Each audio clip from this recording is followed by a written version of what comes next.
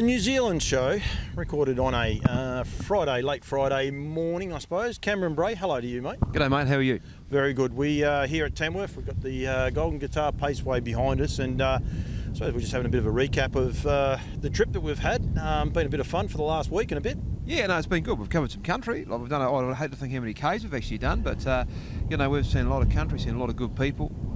Been to some good race meetings, and yeah, today's probably the last real day of harness racing we'll do, but again here at the track, and we were to see a few boys track work, but I think the weather might have put them off. We've been waiting for young Tommy Ison to turn up for a little while, and he hasn't, so I decided, well, we'll do this one. I reckon there's a fair chance he won't come, because it's been pretty heavy here overnight. Yeah, no, it's as good a rain as I've seen in Australia since I've been here, so no, it's probably a good reason to just start home. Recap on the trip, and there, I suppose, firstly, the meaning behind the trip, and we've probably had a few funny looks, if you like, because I wear a nutrient hat and a few other hats, but once people start talking, they understand the difference, which is what NZB and Nutrient are trying to do, just break down these barriers and have two separate sales companies on two separate continents, but actually working together and trying to build a better product. Yeah, exactly, and we've both got very, very similar things we're trying to achieve, but we've also got very separate things we're trying to achieve as well. It's been great to reconnect with a lot of people that we've dealt with in the past. It's good to see some new people that we haven't had anything to do with, and it's good to see some of the breeders that have made inquiries for stock mares and breeding stock. That is generally not inside our wheelhouse. It's sort of an additional thing we offer, so it's just good to catch up with people. We started off at Kath McIntosh's Stallion Parade. We actually were the day before, but we'll just stay on Kath McIntosh's Stallion Parade for a second, because there is quite a few Kiwis there that it does affect with Woodlands as well. Having two stallions there and their continued growth, if you like. Just the concept behind the Stallion Parade, I think there should be more of them somehow. I think they are, or maybe if we do too many more of them, they might, get a little bit watered down. But it was a fun day, wasn't it? It was a good day, and again, you're right. For some guys, it won't be that hard to parade the tank of semen up and down. But for those guys standing horses in the flesh, it's definitely a good thing to do. I hadn't seen some of those horses. Some of them I had seen before, but haven't seen for a while. So again, we've been 2 years locked away. Good for the breeders to get out and talk to each other and socialise bits and pieces, but mainly to see stallions in the flesh. You can see a lot from a photograph and a stallion guide or a stallion book at home, but it doesn't do justice to the animal. See how it moves, etc. All the different things. Huge rap on this group of stallions that I've seen. So yeah. The other part about it is just the social aspect. Yeah. A lot of fun. You got to meet the Johnson boys early in the day. You got to meet the Johnson boys at the end of the day and realise how they are fun. But a lot of people, and we're not, there's a lot of people we got to catch up with there that you probably wouldn't have got the opportunity to see, definitely in this trip. There's so many people we didn't get to. Exactly. But they were there. Some people were there, and you get to catch up with them. And they guys that, the Johnson boys, case in point, guys that I've had a bit of contact with over the phone over the last few years, or the last wee while. So great to catch up with them and put a name to a face and have a bit of a laugh and all that sort of carry on. So it's good, and it's a part of the job. It doesn't matter who you're working for. This job is about people, more so. It's about relationships as well as the product. So you've got to get it and do these things. Yeah, you do, and travel around. I think we went to Aldebaran Park. I'm going to get in trouble with Rhiannon and then Ben start on the first, I suppose, day of our trip. But even before that, I think the day you arrived, we saw Nathan Carr, we saw harassed the trotters, called in to see Emma and like how inviting were they? They were great. Yeah. Good. Everyone's been very, very welcoming of their time.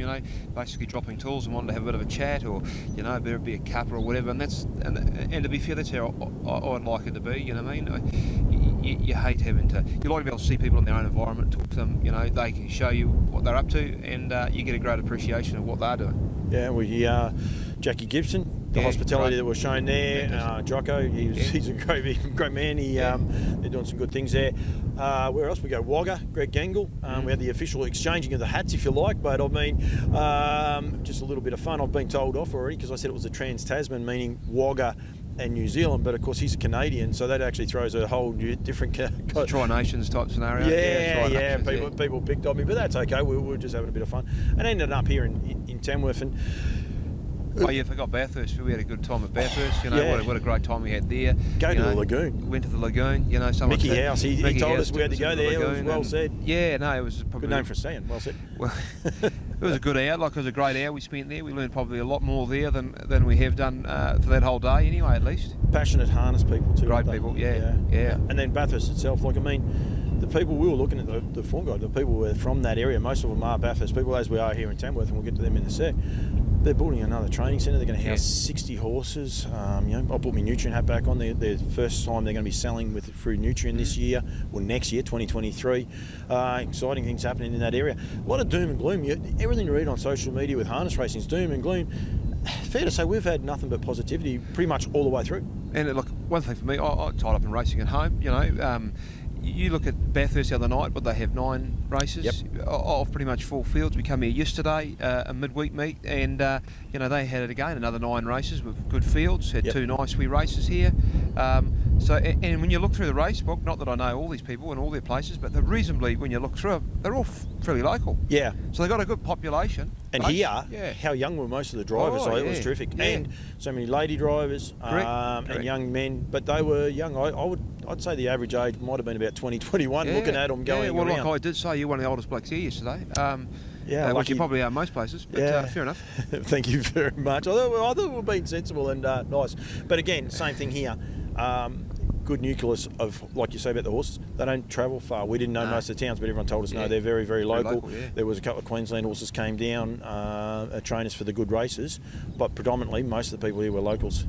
And you know, you look through the size bits and pieces. You know, like I think over the trip, the best progeny we've seen would be by Tintin America. Yeah, you would have to say, wouldn't you? Like he saw, won more races. He won 2 yesterday or 3 yesterday, didn't he? And we saw a filly by Warrawee Needy that won very, very comfortably, and it was a Wagga horse. So it's both the same farm. Yeah, so, well, we've seen a number of Kiwi horses. We've seen a number of Kiwi bred horses out of Kiwi mares, and stallions that generally, you know. So we forgot about Jake Stockton. We went there as well. Yeah, we were there. Exactly. Seen a number of nice stallions here too. Yep. So there was quite a few. Back to the New Zealand front. One thing, you've been able to see like a lot of NZ horses here, and go and just basically start randomly talking to people about them. They buy them over there. It is a huge market, this Trans-Tasman, if you like, market for buying and selling horses. And I think it's been pretty good for a few people to be able to actually physically see yourself, but someone from New Zealand that takes a vested interest in their horses. Yeah. And to be fair, like we were part and parcel of why I wanted to do this wee bit of a run through is obviously with our association with Campbells House, our subsidiary company, we do sell a lot of horses over. Which we'll be selling next Wednesday, 5 o'clock. Selling next Wednesday. 5 o'clock your time, be 7 hours at home. But we've sold a number of horses over here, so I just wanted to make contact with a lot of those people. You know, they do good work with us. You know, everyone I've talked to said, you know about, we know about Campbells House. So that's a lot of what I'm trying to do, is trying to build those bridges with people, build those relationships. You know, that they can feel free, they want to can ring me or whatever. As I said about it, it's essential in what we do in business, and again, it might be a day they might want to buy a yearling off us, you know, so you just never know. Yeah, and I think that's the one thing. A couple of times we're asked, I've been asked, what's he over here for and all that. It's basically a meet and greet, and get the word out there. You've got to promote NZB as well, like, so people have got to be aware of it.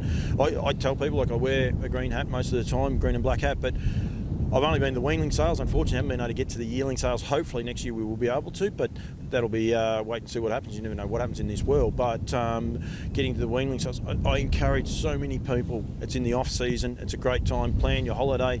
Stay at the Karaka Hilton, but go in and just enjoy a different way of, I suppose, looking at horses, selling horses, and being with like-minded people, like we've been able to do. Cass Stallion Parade, what they did at. The name just left me there for a minute. I can see it on the, but I'm going to say Wingate. You're going to tell me who Wingate Farm, yeah. Who Wingate was it Farm. beforehand? It was Yereby's dispersal sale. People were able to go there. The weanling sale's a little bit like that because people are there to buy horses. Yep. But they're also there to chat, have a conversation, and build relations, and that's what we've been able to do, isn't it? Yeah, and that sale itself in the wintertime has proven itself to be a very, very good source of horses. I think we've seen a winner or a couple of runners at Bathurst that have come through that sale. Yeah. It's a great way of being able to get into the market at probably a bit more of an affordable rate. And again, it's the largest weanlings, was the only weanling sale of its own kind, the weanlings only, in the southern hemisphere. We're selling 100 plus weanlings, so by some of the best size in the world. So that's good. That is good to have them here. It's all part of our business. It's all part of the nature of the harness racing business now. You know what I mean? Like, we've sold a number of horses to Australia along the way. Talk about Kath McIntosh. That's where we originally came into contact. And Bathurst then. Yeah. Then they retire up with Bathurst. So these are just things that you got to build relationships. You got to build. The horses drag people there, but you got to have, because sometimes you have a contact there, because touch wood. You hate to say it, but the next thing could roll around. We're back into lockdowns, and we're back to playing the electronic game again. Yeah, which we don't want to do at any way. No, I don't think anyone wants to do that. But I think what we've actually now been able to provide a product, both companies, racing, the whole lot, the whole industry's changed. And even the communications as well. Yeah, we can adapt. We've proven that we can adapt. Yeah, so which is exciting. Put your NZB board member hat on if you like. You've got your NZ, I shouldn't say the B part, but your NZ Harness Racing New Zealand. Yeah, board member hat on. Exciting announcement yesterday about the breeders' incentives. Possibly a couple of little teething issues that have arisen from it, but very, very exciting for the breeders in New Zealand to be able to, I suppose, start getting into some of these incentives, which you've seen so many of them here over in Australia. Yeah. Well, just to put a caveat, I'm not a board member until end of October, but my own stance on it is, we are. I've had a few people call me, and there's been the odd thing being said. Like, at the end of the day, we are now we know we have an incentive in place going forward. You know you have a pathway for your mare. If you get in foal, this is the incentive you're going to achieve. If you don't have a mare in foal and you get her in foal, this is the incentive you are going to achieve. So that is huge. That's huge. We're doing that with no state or government help. It's all out of industry money. So at the end of the day, it's very, very different over here, the way those schemes work. But I'm proud that we've been able to achieve something in New Zealand to try and give that industry a bit of a lift, because when you come here and talk to these guys and look at the breeding of these horses over here, it works what we're doing, and we should be able to celebrate the fact that we're selling horses to Australia, because it keeps both industries on the improve. But we just need to be able to have enough stock to sustain ourselves at home. And a lot of that will come back to then. We have to then turn around and address some of the racing, what we're doing at home. But again, going back to the original question, it's outstanding, that we've had to get it off the ground. And it is the mares, because if you could keep the mares into New Zealand, keep breeding them, then you can continue what has been just sensational for the industry, and keeping so many people in New Zealand employed. And hopefully the government are aware of how many people are actually employed through racing. It's both governments. I don't think they totally get their head around how many people are employed. But I think the biggest problem is they look at the racing business and go, gambling, Yeah. And they, gambling. But it's not all about the punt, what I mean? It's the horse, it's the farrier, it's the dentist, But all the conversations we had here in the shed or anywhere in the shed, it's not about the punt. It's about the horse. I mean, Amanda Turnbull, she had one that had its first start over there, won by 60 or something like that. But just the fact she loves buying them, loves enjoyment, like it is. That's what it's about, the enjoyment of the racing. Yeah, exactly.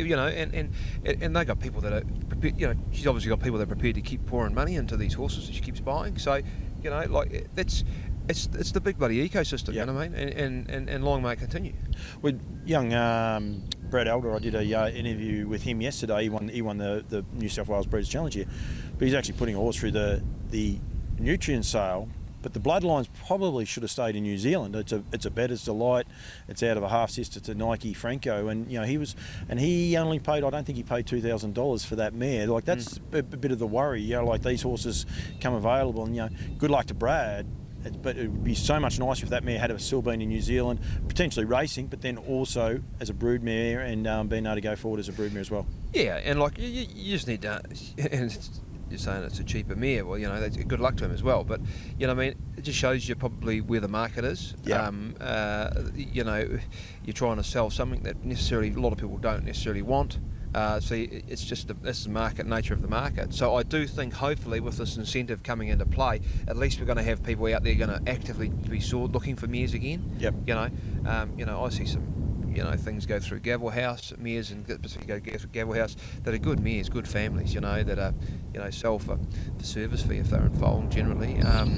So hopefully that might just give us a bit more incentive, excuse the pun, to have those mares on Gavel House, to sell those mares, going to give people stay in New Zealand. Stay in New Zealand. Yeah. So again, I think the incentive's one part of the problem. I think the next part of the problem is we actually have to give the mares a pathway so that they can race their own sex in New Zealand, like they do here in a lot of cases, don't they? Yep. You know, race against themselves, their grade, in their own sex in New Zealand, and you know, and I think it's a must because it's the future of our sport. Don't worry, over here, our fast class mares disappear as well. So I mean, it is. But the biggest trouble with fast class mares, mate, is there's not enough of them. No. You know, it's we say that at home. Oh, we need to look after the fast class mares. They're very difficult to look after because they're few and far between. And generally, if they're that good, they can compete overseas. You know, they can compete wherever in the world, and they can take on boys, and they can do whatever. You know what I mean? Amazing Dreamer herself. She actually, when you go back and look through her, most of her better races were against the boys. Yeah. So it is a fun. You know, it's a hard one. Cam, this is the New Zealand Show, proudly brought to you by you guys at NZB Standardbreds, as well as Woodland Stud. Go to woodlandstud.co.nz and harass the trotters that continue to support Campbell's comments. And I can't do these sort of trips. We've had a lot of fun. I will be honest, I haven't put my hand in my pocket too much. You guys, geez, you looked after me. I'll tell you, James, he had his birthday the other day. He might age a bit when he sees the credit card. One thing I will say is I come to Australia. I got 15 pairs of shorts and 30 t-shirts and 2 or 3 pairs of thong. I only took my jersey off yesterday for the afternoon, and it's blowing a bit of a wind here today, and it's not that warm, is it? No, it's not. I've got the short sleeves on, but yeah, I'd probably just as happily have the jacket on. We've covered a lot of country. We've seen a lot of Australia that I probably will never. Well, I hope to see again, but in reality, I probably won't. No. Geez, the countryside looks good though, doesn't it? Yeah. You're having a bonza season, and good luck to everyone out there breeding and racing, and come to New Zealand by horse. Yeah, definitely. NZB Standardbreds. Cambrai though, there's a face to him. He's still here for a couple of days. Well, no, actually, this will go up after he's got home. But yeah, please get in touch with him for anything. And in all seriousness, thank you very much to NZB Standardbreds for everything they do for me. I really do appreciate it. And also, happy birthday, James. What was he? 75. Yeah, no comment.